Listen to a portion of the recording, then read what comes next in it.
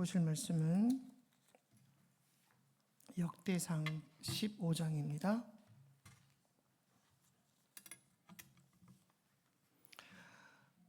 역대상 15장 1절부터 15절의 말씀을 한 절씩 보겠습니다. 구약 633페이지 역대상 15장 1절부터 15절 말씀 다 찾으신 줄을 한 절씩 교독하겠습니다. 다윗이 다윗성에서 자기를 위하여 궁전을 세우고 또 하나님의 궤를 둘 곳을 마련하고 그것을 위하여 장막을 치고 다윗이 이르되 레위 사람 외에는 하나님의 궤를 맬 수 없나니 이는 여호와께서 그들을 택하사 여호와의 궤를 메고 영원히 그를 섬기게 하셨음이라 하고 다윗이 이스라엘 온 무리를 예루살렘으로 모으고 여호와의 궤를 그 마련한 곳으로 메어 올리고자 하여 다윗이 아론 자손과 레위 사람을 모으니 그앗 자손 중에 지도자 우리엘과 그의 형제가 120명이요 므라리 자손 중에 지도자 아사야와 그의 형제가 220명이요 게르솜 자손 중에 지도자 요엘과 그의 형제가 130명이며 엘리사반 자손 중에 지도자 스마야와 그의 형제가 200명이요 헤브론 자손 중에 지도자 엘리엘과 그의 형제가 80명이요 우시엘 자손 중에 지도자 암마다가 그의 형제가 120명이라 다윗이 제사장 사독과 아비야다를 부르고 또 레위 사람 우리엘과 아사야와 요엘과 스마야와 엘리엘과 아비나답을 불러 그들에게 이르되 너희는 레위 사람의 지도자이니 너희와 너희 형제는 몸을 성결하게 하고 내가 마련한 곳으로 이스라엘의 하나님 여호와의 궤를 메어 올리라. 전에는 너희가 매지 아니하였으므로 우리 하나님 여호와께서 우리를 찢으셨으니 이는 우리가 규례대로 그에게 구하지 아니하였음이라 하니 이에 제사장들과 레위 사람들이 이스라엘 하나님 여호와의 궤를 메고 올라가려 하여 몸을 성결하게 하고 15절을 함께 합독합니다. 모세가 여호와의 말씀을 따라 명령한 대로 레위 자손이 채에 하나님의 궤를 깨어 어깨에 매니라. 아멘. 할렐루야. 오늘도 하나님의 귀한 은혜가 우리의 삶 가운데 가득 넘쳐나시길 주님 이름으로 축원합니다. 역대상 15장 1절 말씀부터 15절의 말씀을 통해서 한번 따라해 보겠습니다. 말씀을 따라 명령한 대로 이것이 하나님의 말씀인 줄 믿습니다. 실패는 성공의 어머니라는 이야기가 있습니다. 이 말은 발명왕 에디슨이 한 말이라고 해요. 실패를 통해 배우는 것이 인생에서 굉장히 중요하다는 의미일 겁니다. 그리고 이런 실패의 경험은 때로는 큰 상처를 남기기도 하지만 동시에 그 실패를 통해서 새로운 기회가 될 수 있다는 것을 우리는 보게 됩니다. 실패는 단지 끝이 아니라 다시 도전할 수 있는 기회를 제공하기 때문에 그래요. 오래전 성공한 사람들의 이야기를 다룬 작품을 본 적이 있습니다. 성공한 사람들의 공통점이 한 가지가 있는데요. 그것은 큰 실패를 딛고 모두가 일어섰다라고 하는 공통점이에요. 여러분 혹시 그 최복이라고 하시는 분 혹시 들어본 적 있으신가요? 본죽 아시죠? 예. 본죽을 창설하시고 본죽의 매점을 가지고 있으신 분이 어느 날 기독교 방송에 나온 적이 있습니다. 이분이 본죽을 하기 전에 IMF 전 미국에서 화장품을 수입을 해서 그 수입으로 굉장한 부자가 되었던 사람입니다. 근데 IMF를 맞으면서 그 큰 기업이 순식간에 무너지고 말았습니다. 그래서 그 일로 인해서 우울증에 빠지기도 하고 또 정신과 치료를 받기도 하고 그러면서 나중에 그녀가 이런 얘기를 합니다. 성공했을 때는 나는 도치감과 환희로 눈이 가려워져 있었다. 그래서 하나님의 은혜를 기억하지 못했고 하나님의 은혜 가운데에 살지 못했다라고 이야기를 해요. 계속해서 성공만 거듭하는 사람은 최복이 사장님처럼 자신의 도치감 그리고 환희로 눈이 가리워져 있음을 봅니다. 자기 자신을 정확하게 바라보고 판단하는 능력을 잃어버리게 되고 겸손의 자세보다는 우월감에 빠지기가 쉽기 때문이다라고 이야기합니다. 실패할 확률이 있는 일에는 아예 도전조차 하지 않는 일들을 보게 된다는 거죠. 여러분 오늘 본문의 내용은 다윗 왕이 이제 하나님의 법궤를 예루살렘으로 옮겨오는 일을 두 번째로 시도하고 있는 내용이 오늘 본문의 내용입니다. 다윗 왕은 이미 하나님의 언약궤를 옮기려고 하다가 한번 실패를 했었습니다. 그 실패의 내용이 사무엘의 6장에 기록이 되어져 있고 열왕기상 13장에 기록이 되어져 있어요. 그럼 언약궤의 예루살렘 입성에 다윗이 실패한 이유가 무엇일까?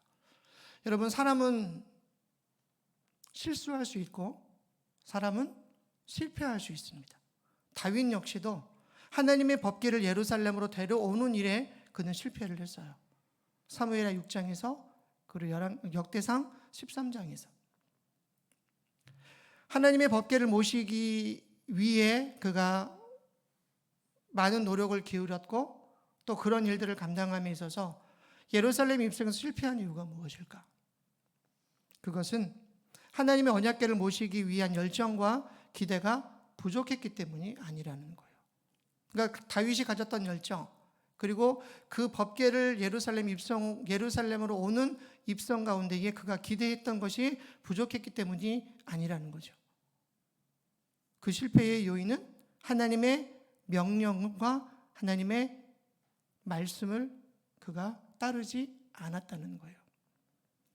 하나님의 규례대로 언약궤를 모시지 않았기 때문에 그의 삶은 실패했다라는 거죠.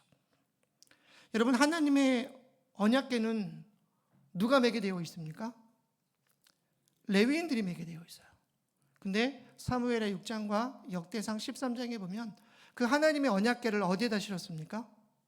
수레에 실었어요.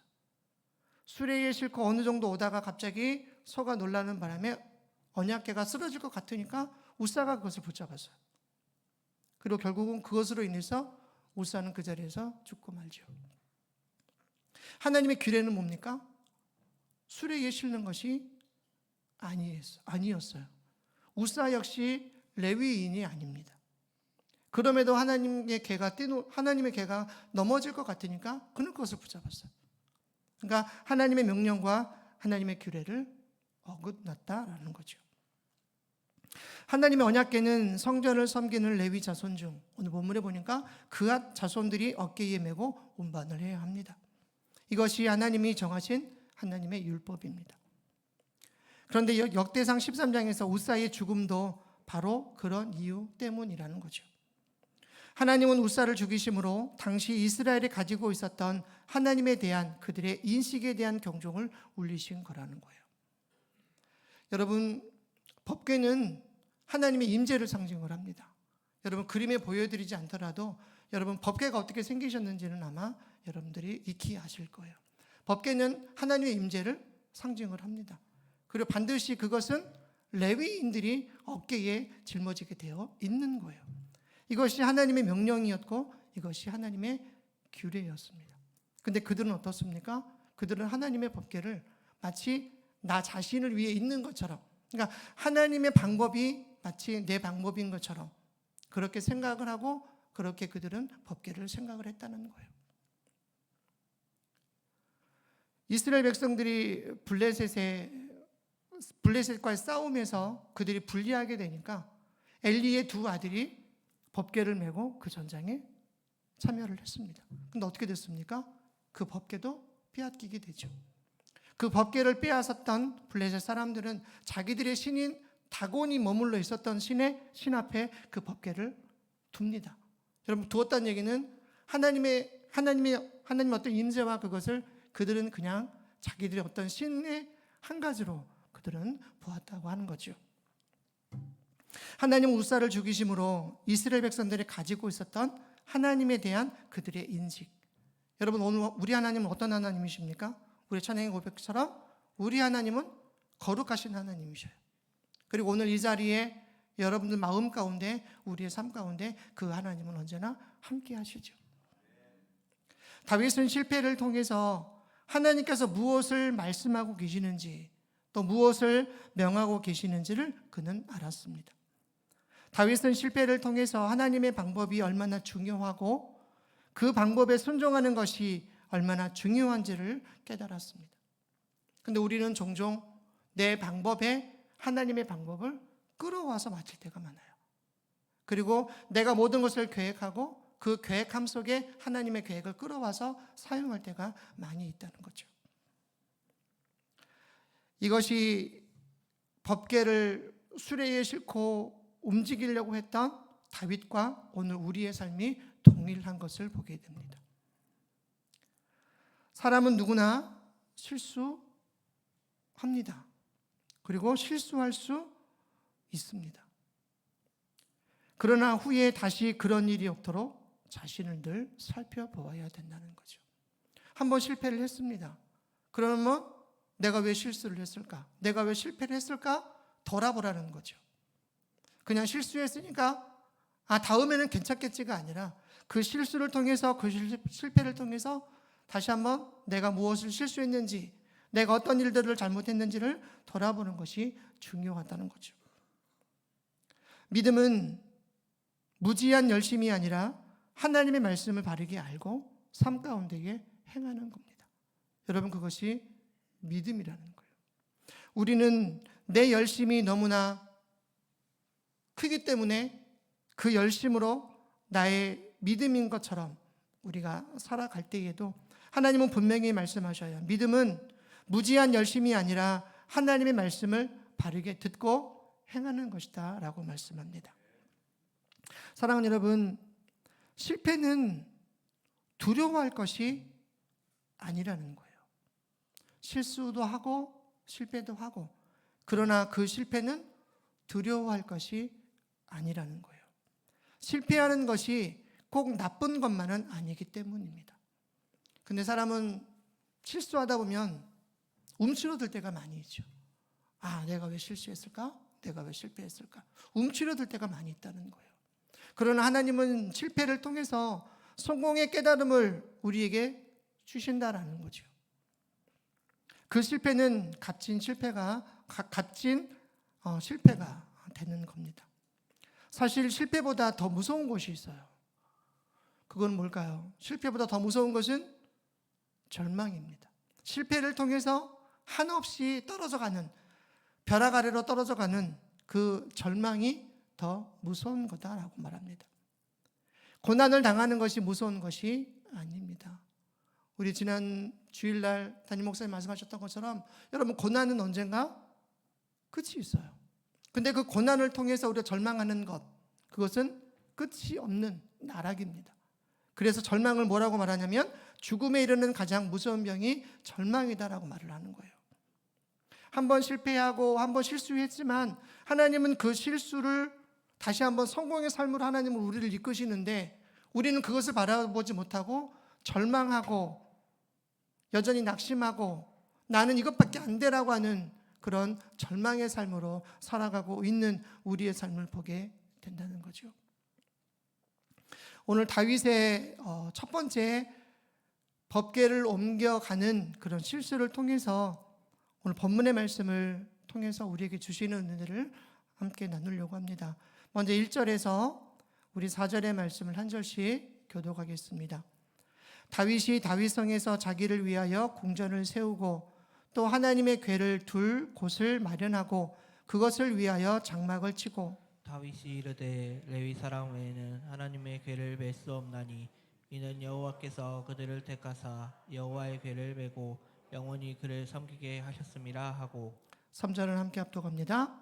다윗이 이스라엘 온 무리를 여호와의 궤를 그 마련한 곳으로 메어 올리고자 하여, 4절도 함께 합독합니다. 다윗이 아론 자손과 레위 사람들을 모으니. 아멘. 여러분, 하나님의 법궤는 우리가 보지 않더라도 몇 명이 법궤를 메일 수 있을까요? 4명이 메일 수 있습니다. 4명이면 하나님의 법궤를 메고 옮기기에 충분합니다. 그런데 오늘 하나님의 궤를 옮기기 위해 다윗이 사람들을 동원할 때에 아론의 자손들과 레위 사람들을 함께 그가 소집을 합니다. 숫자를 계산해 봤습니다. 몇 명이 레위 자손으로 모였을까요? 862명이 모입니다. 그리고 그 외에 16절에서 24절까지에 기록된 찬양대, 그리고 참여한 사람들, 그리고 갖가지 일들로 모였던 사람들의 수는 대략 1000명이 넘는 수가 모였다라고 이야기를 해요. 그러니까 1절에서 4절의 말씀을 통해서 주시는 교훈은 우리가 말씀을 따라 명령한 대로 살아가는 삶은 함께하는 삶이라는 거예요. 다윗은 온 이스라엘을 모았습니다. 그리고 그는 그 법궤에 옮기는 것을 중대한 사명으로 생각하고 사람들을 모았습니다. 그리고 그 모은 수를 통해서 그 참여 속에서 하나님의 법궤를 성공적으로 옮길 수 있었다는 거죠. 이따가 기도의 제목을 나누고 함께 기도할 때에 우리 청년들이 이번에 주제로 함께 올렸던 주제의 말씀은 전도서 4장 9절에서 12절의 말씀입니다. 한 절씩 교독하겠습니다. 두 사람이 한 사람보다 나음은 그들이 수고함으로 좋은 상을 얻을 것이라. 혹시 그들이 넘어지면 하나가 그 동물을 붙들어 일으키려니와 홀로 있어 넘어지고 붙들어 일으킬 자가 없는 자에게는 화가 있으리라. 또 두 사람이 함께 누우면 따뜻하거니와 한 사람이면 어찌 따뜻하랴. 한 사람이면 패하겠거니와 두 사람이면 맞설 수 있나니 세 겹줄은 쉽게 끊어지지 아니하느니라. 아멘. 청년의 주제가 뭐죠? 합심. 그러니까 혼자 하는 것보다는 둘이 하는 게 낫고 둘이 하는 것보다는 함께 하는 것이 낫다라는 이야기예요. 여러분, 하나님의 명령은, 하나님의 말씀은 함께 하는 겁니다. 공동체의 삶으로 함께 굴러가는 거예요. 나 혼자 하겠다, 이것이 아니라 우리는 함께라는 것. 함께하는 것이 말씀을 따라 명령한 대로 사는 방법입니다. 함께하는 곳에 하나님의 역사가 일어나기 때문에 그렇습니다. 사실 하나님의 법궤를 메고 올 제사장들만 참여해도 되는 일이었어요. 다윗이 이스라엘 백성들을 부를 때에 하나님의 법궤를 메고 올 제사장들, 그아 자손들만 오면 되는 거였어요. 그런데 1000명이 넘는 사람들이 그 자리에 함께 했습니다. 그리고 그들은 각기 자기들의 역할과 책임을 감당하면서 하나님의 법궤를 메는 제사장들과 똑같은 마음으로 그 일에 참여하고 있다는 거죠. 오늘 우리가 예배를 드리고는 있지만 여러분, 우리의 마음에는, 우리의 생각에는 여러 가지 생각이 있을 수 있고 여러 가지 마음이 있을 수 있습니다. 그 생각이 나누어지고 그 마음이 나누어지는 것이 아니라 오늘 하나님 우리를 부르실 때 함께하는 삶을 통해서 하나님의 명령과 하나님의 말씀이 이 땅 가운데에 이루어지는 것을 우리는 보게 될 겁니다. 어떤 사람은 비파를 탑니다. 어떤 사람들은 노래를 부릅니다. 어떤 사람들은 행진의 대열을 지키며 그들은 묵묵히 걸어갑니다. 각각 주어진 자리에서 성실하게 하나님의 일들을 감당했던 이스라엘 백성들의 삶을 볼 수가 있습니다. 그리고 마침내 하나님의 법궤를 모셔 드리는 기쁨과 감격을 함께 누릴 수 있었습니다. 이것이 오늘 우리가 하나님의 말씀을 따라, 그리고 하나님의 명령을 따라 살아가는 우리의 삶 속에 하나님이 우리의 삶 가운데에 베풀어 주시는 은혜인 줄 믿습니다. 날마다 나 혼자가 아닌 같이 하는, 같은 공동체로 믿음의 삶을 살아가는 저와 여러분들 삶이 되시기를 주님의 이름으로 축원합니다. 이제 좀 본문을 좀 넘겨서 11절에서 13절의 말씀을 한 절씩 교독하겠습니다.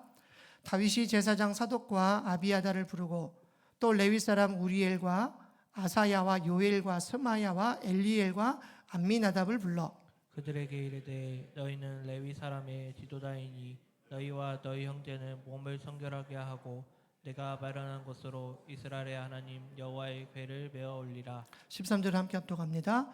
전에는 너희가 매지 아니하였으므로 우리 하나님 여호와께서 우리를 찢으셨으나 이제 우리가 규례대로 그에게 구하지 아니하였음이라 하니, 하나님의 궤를 첫 번째로 옮기는 과정은 아까 제가 말씀드렸던 것처럼 사무엘하 6장에 기록이 되어져 있어요.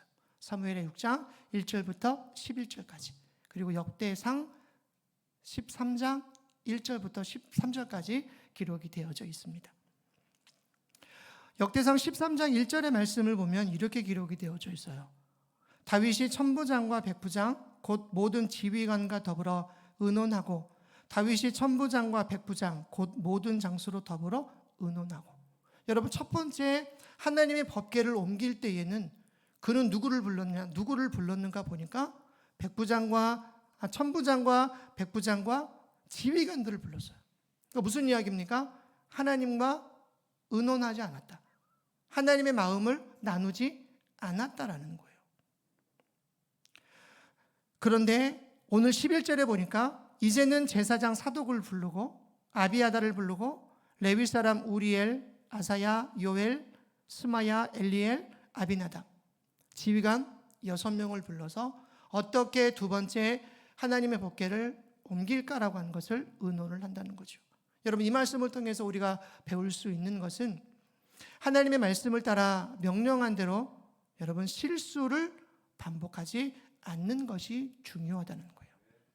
그래서 이런 말이 있죠. 실수를 반복하면 실수가 뭐가 된다? 실력이 된다. 실수를 반복하면 여러분 그 했던 실수가 우리의 실력이 된다는 거예요. 다윗은 한 번 실수를 한 것을 통해서 이제는 천부장, 백부장, 지휘관들이 아닌 하나님의 사람들을 불러서 그들과 어떻게 두 번째 하나님의 법궤를 옮길까를 의논하고 있는 거죠. 무슨 이야기입니까? 하나님과 깊은 대화를 통해서 어떻게 법궤를 옮길 것인가를 이야기하고 있다는 거예요. 실수를 반복하지 않는 것이 중요합니다. 사람은 누구나 실수할 수 있기 때문이죠. 성공하려면 실수를 거울 삼아 성공의 방법을 모색하는 것이 중요합니다. 그리고 실수를 반복하지 말고 실수를 발본 삼아서 성공하는 것이 바람직하다는 거예요.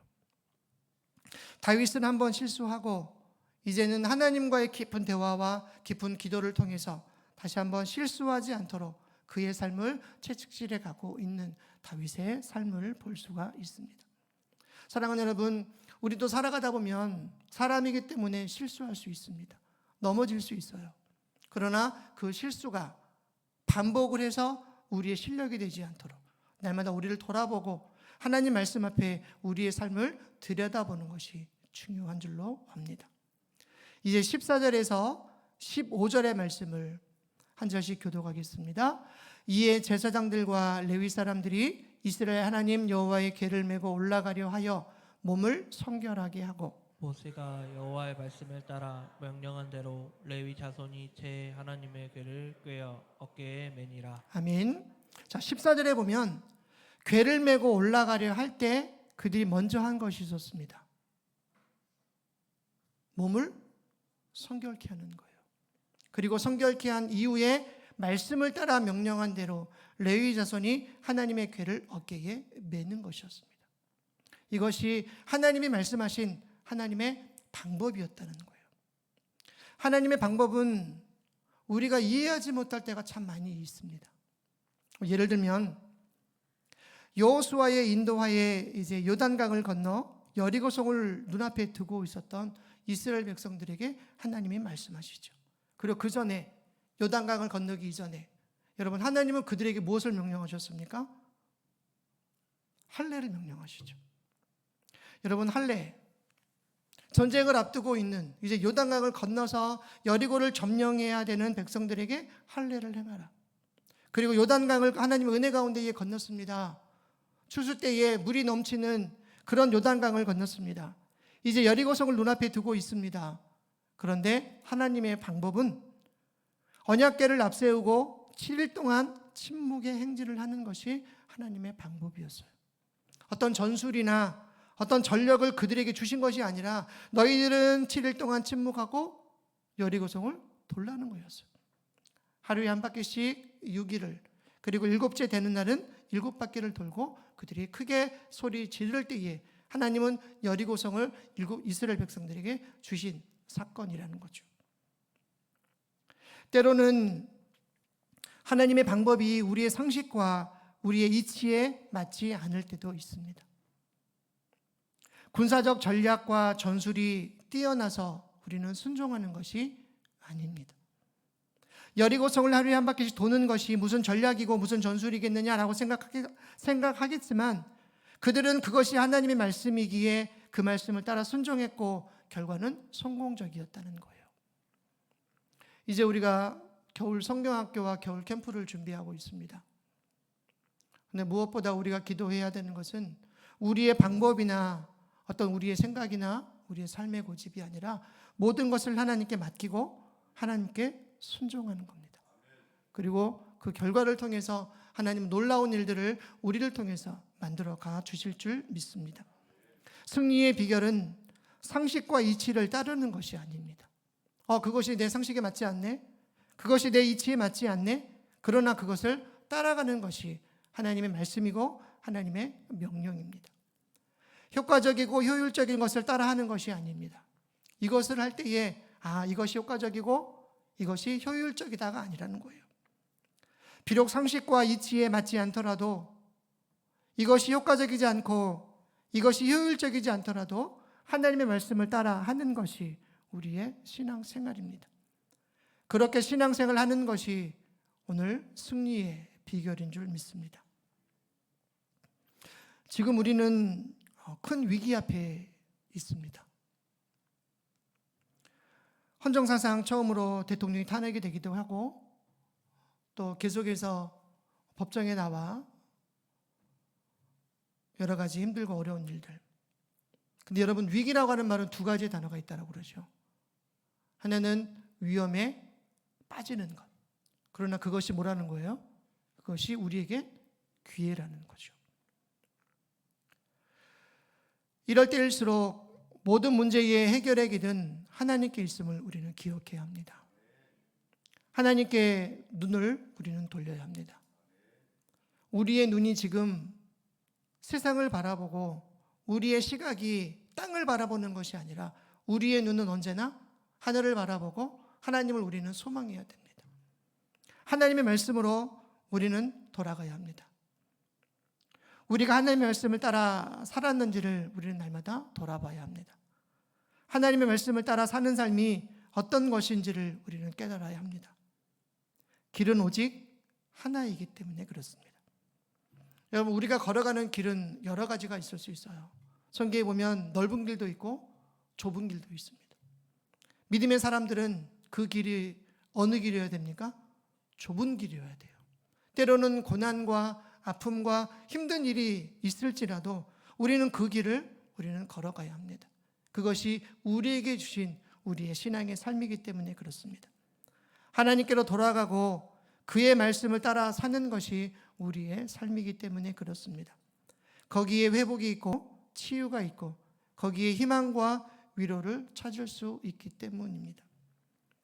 말씀을 정리하려고 합니다. 오늘 다윗 왕이 법궤를 옮기는 과정을 통해서 오늘 우리가 배우게 되는 교훈은 세 가지입니다. 첫 번째, 작은 일도 함께하는 것. 우리나라 속담에 이런 말이 있죠. 백지장도 맞들면 낫다. 아무리 손쉬운 일이라도 함께하면 그 일은 성공할 수가 있습니다. 겨울 행사들을 준비하면서 또 이제 여름이 되면 여름 행사들을 준비하면서 유소년부를 한 5년 반 정도 했던 것 같아요. 6년 조금 안 되게 했는데 되돌아보니까 모두가 함께 할 때, 나 혼자가 아닌 모두가 함께 할 때 하나님은 그 일들을 통해서 귀한 일들을 만들어 가셨던 것을 보게 됩니다. 이제 겨울 행사들을 준비하시는 우리 각 부서들마다 하나님이 함께 하시고 또 서로의 각 지체들이 함께하고 공동체가 함께한다는 것을 여러분 마음 가운데에 다시 한번 믿으면서 나 하나쯤이야가 아니라 내가 무슨 도움이 되겠어가 아니라 작지만 힘을 보태고 또 함께 기도하고 함께 합심함을 통해서 하나님의 귀한 일들이 아름답게 만들어 갈 수 있기를 주님의 이름으로 축원합니다. 국가대표 선수들이 종종 하는 여러 가지 스포츠를 보면 예를 들면 국가대표 축구를 보면 큰 대회 이전에 그들이 하는 게 있어요. 각 나라를 불러서 친선 경기 또는 게임들을 많이 합니다. 여러분, 친선 경기는 승리하는 것도 중요하지만 어떻게 우리가 이 선수들을 만났을 때에 승리할 수 있고 또 우리가 패했을 때 왜 패했는지를 점검해보는 하나의 경기와 같은 겁니다. 승리의 비결도 그렇습니다. 자신의 실수를 반복하지 않고 점검할 때 우리는 이제 더 이상 실수하는 삶이 아닌 성공하는 삶으로 하나님은 우리를 인도해 가신다는 거죠. 그리고 실수가 반복되지 않으려면 자신의 실수를 날마다 반성하고 되짚어 보는 것이 중요합니다. 어디에서 잘못이 있었는지를 살펴보는 것이 중요합니다. 세 번째, 하나님의 말씀을 따라 살아가는 겁니다. 때로는 그 방법이 또 때로는 그 인도하심이 내 마음에 들지 않을 때도 있을 겁니다. 어쩌면 내 방법이 맞는 것 같아요. 우리는 그렇게 말할 때도 있습니다. 이스라엘 백성들이 하나님의 법궤를 옮길 때 하나님의 방법은 레위인들이 지고 가는 거였는데 그 당시 문화는 블레셋의 문화는 어떤 문화였냐면 여러분 무거운 것은 어디에 싣고 수레에 실는 것이 가장 합리적인 것이었어요. 이스라엘 백성들 역시 그것이 합리적인 방법이었을 수 있습니다. 그러나 하나님의 방법은 하나님의 말씀은 하나님의 규례와 하나님의 말씀을 따라 그리고 하나님이 명령하신 대로 행하는 것이었음을 보게 됩니다. 오늘도 우리가 말씀을 따라 순종하는 삶이 하나님을 영화롭게 하고 하나님의 기림을 다시 한번 마음 가운데에 새기고 힘들고 어렵지만 함께하는 삶을 통해서 하나님의 방법대로 믿음 안에 살아가는 저와 여러분들의 삶이 되시기를 주님의 이름으로 축원합니다. 기도하겠습니다. 고마우신 아버지 하나님 감사합니다.